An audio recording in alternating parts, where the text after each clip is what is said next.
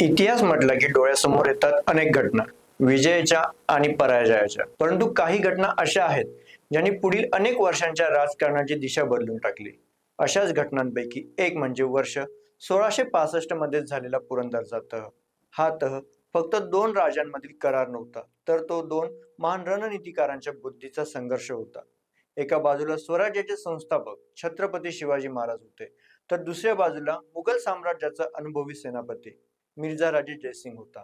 हा तह का झाला, त्यामागील राजकीय परिस्थिती काय होती, शिवाजी महाराजांनी हा तह का स्वीकारला आणि या तहामुळे पुढे काय घडले, हे सर्व जाणून घेण्यासाठी आपल्याला त्या घटनेला चौकसपणे बघावे लागेल. जय महाराष्ट्र मित्रांनो, मी भावेश. आपण ऐकत आहात अज्ञात प्रवास. 1645 पासून शिवाजी महाराजांनी स्वराज्य स्थापनेचे कार्य सुरू केले होते. तोरणा, राजगड, पुरंदर, प्रतापगड यांसारखे अनेक किल्ले ताब्यात घेऊन त्यांनी स्वतंत्र राज्याची पायाभरणी केली होती.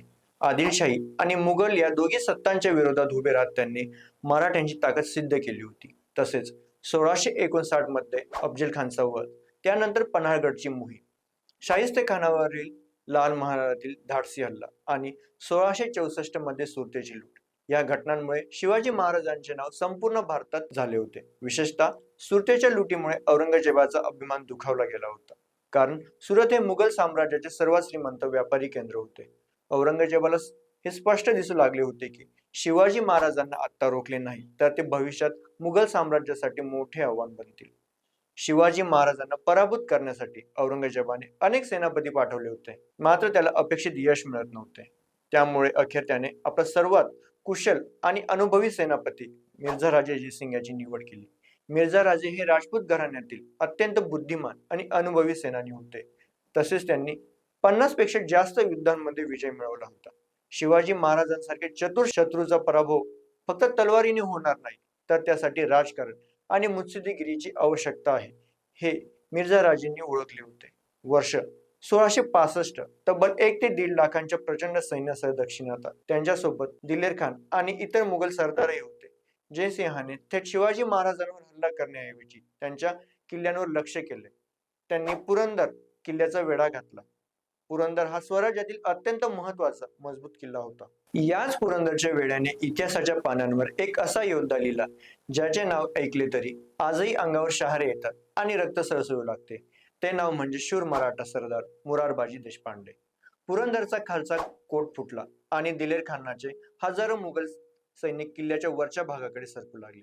त्यावेळी परिस्थिती अत्यंत बिकट होती, पण पुरंदरचा हा किल्ला सोडायचा नाही या जिद्दीने अवघ्या 700 मावळ्यांसह मुरारबाजी देशपांडे मुघलांच्या सैन्यावर वाघासारखे तुटून पडले. हर हर महादेव या गर्जनेने पुरंदरचा कडा गरजून उठला. एका हातात ढाल आणि दुसऱ्या हातात तळपती तलवार घेऊन मुरारबाजी मुघल सैन्याला कापत प्रेतांचे ढीग रचत थेट दिलेर खानच्या हत्तीसमोर जाऊन पोचले.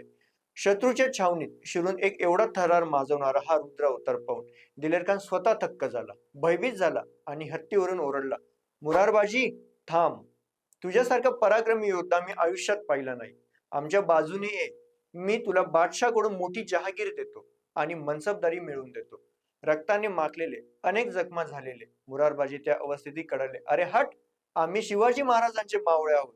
तुझी जहागीर कोण खातय? आमच्या राजाची कृपा आमच्यावर काही कमी आहे? आणि त्यांनी पुन्हा तलवार चालवायला सुरुवात केली. पण दुर्दैवाने मुघल सैन्याने दगा केला. दिलेर खानने हत्तीवरून चालवलेला एक विषारी बाण थेट मुरारबाजीच्या कंठात घुसला. स्वराज्य निष्ठेचा एक अंगार तिथेच विझला. पुरंदरचा हा डाण्यावाग कोसळला. शिवाजी महाराज हे केवळ योद्धे नव्हते, तर दूरदृष्टी असलेले राज्यकर्ते होते. त्यांनी परिस्थितीचा बारकाईने अभ्यास केला.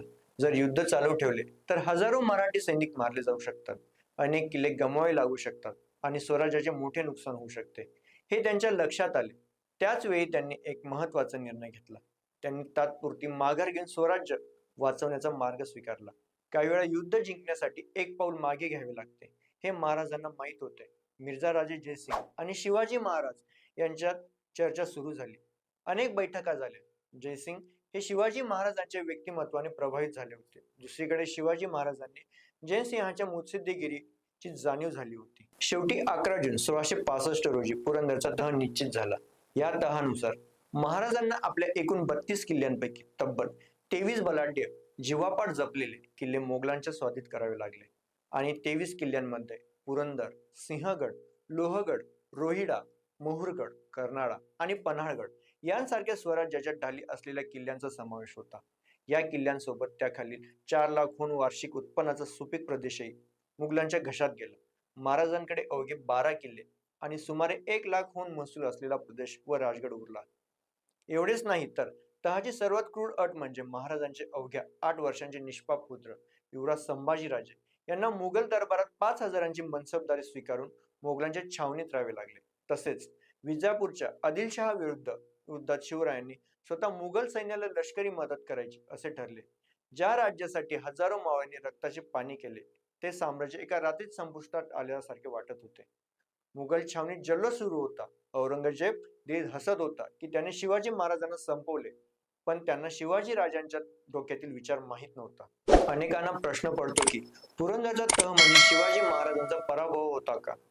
इतिहासकारांच्या मते हा पराभव नव्हता, तर अत्यंत हुशार राजकीय डावपेच होता. महाराजांना माहित होते की त्या क्षणी मुघल सैन्याची थेट लढणे धोकादायक ठरेल. त्यामुळे त्यांनी स्वराज्याची मुख्य ताकद वाचवली. जर त्यांनी हट्टाने युद्ध चालू ठेवले असते तर स्वराज्याचा मोठा भाग नष्ट होण्याची शक्यता होती. परंतु तह करून त्यांनी वेळ मिळवली आणि भविष्यासाठी नवी रणनीती आखली. पुरंदर तहानंतर मिर्झा राजे जयसिंग यांनी शिवाजी महाराजांना औरंगजेबाच्या दरबारात जाण्याचा सल्ला दिला. त्यातून दोघांमध्ये अधिक चांगले संबंध निर्माण होतील असे त्याचे मत होते. त्यामुळे वर्ष 1666 मध्ये शिवाजी महाराज आग्र्याला गेले, परंतु तिथे औरंगजेबाने त्यांचा योग्य सन्मान केला नाही. तेथे महाराजांचा अपमान झाला आणि त्यांना नजरकैदेत ठेवण्यात आले. ही घटना पुढील इतिहासात अत्यंत महत्वाची ठरली. आग्र्याहून शिवाजी महाराजांनी अत्यंत चातुर्याने सुटका करून घेतली. जिथे नजरकैदेत असतानाही महाराजांनी मृत्यूच्या जबड्यात हात घालून स्वतःची आणि बाल संभाजींची सुखरूप सुटका केली आणि मुघल सत्तेची अब्रूच चव्हाट्यावर आणली. त्यानंतर त्यांनी पुन्हा स्वराज्याच्या कामाला सुरुवात केली.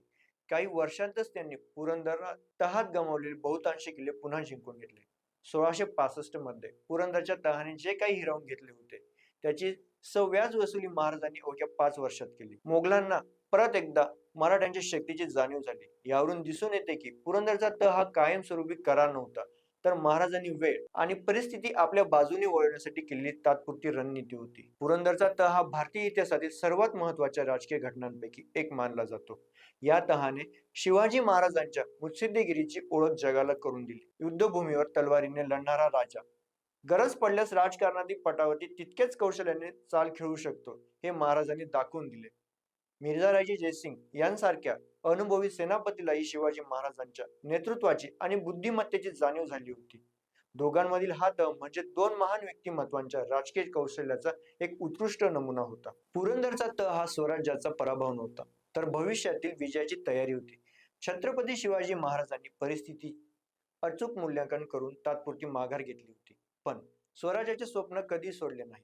पुढे त्यांनी गमावलेले किल्ले परत मिळवले, हिंदवी स्वराज्य अधिक मजबूत केले आणि अखेर वर्ष 1674 मध्ये रायगडावर राज्याभिषेक करून स्वराज्याला सार्वभौम स्वरूप दिले. म्हणूनच पुरंदरचा तह हा केवळ एक करार नव्हता, तर संकटाच्या काळात संयम, दूरदृष्टी आणि योग्य वेळी योग्य निर्णय घेण्याचा इतिहासातील एक महान धडा होता.